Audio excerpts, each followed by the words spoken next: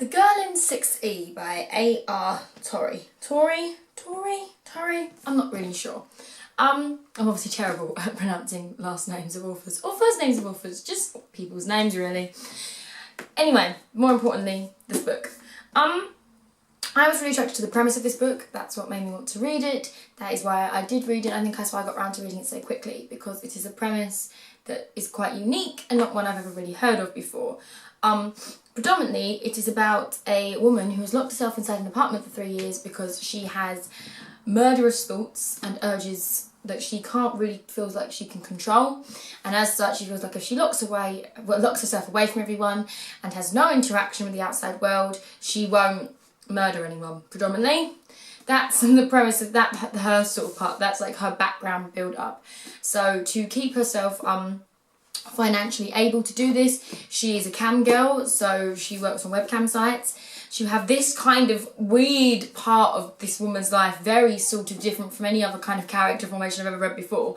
And then you have the issue, she has a client who asks very weird and specific things that he wants her to do, and it turns out that a crime is committed that is very similar to the man that she interacts with on these webcam sites, his fantasies and things. Basically, a little girl goes missing, and the guy she interacts with has this thing about this specific little girl, and then a girl with that name matching the sort of description he wants her to match goes missing around the same sort of area.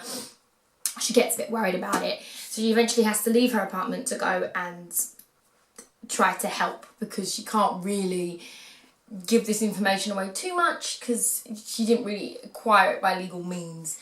The further investigation she does into him and things like that. So for some, she goes and she tries to deal with the situation. So it's a very bizarre premise for a book. I have never seen anything like it before. I don't know if anyone else has, but I never have. So that's what made me pick this up, because it's just completely different from anything, as I've said repeatedly now. However, the story itself is not great. It's good because it's unique, and so I don't really know where this was going. I didn't really have any idea, apart from the blurb that I've just described to you. I had no real idea how this was going to turn out. So for that reason, I was intrigued to read this book. But other than that, sort of the thriller element itself is quite average, really. There's nothing about it that really stands out or really had me gripped. And then the beginning of the book is just very much smut. It's very smutty and somewhat, personally for me, it was quite hard to get through because it was just continuous. I felt like for the good solid half of the book, it just felt like that, or her sort of murderous fantasies that she's describing. So it's quite a sort of weird and hard book to get around, and I don't know, I can't think of another way how the author could have arranged the book, but I'm also not sure I liked the arrangement of it, if that makes sense.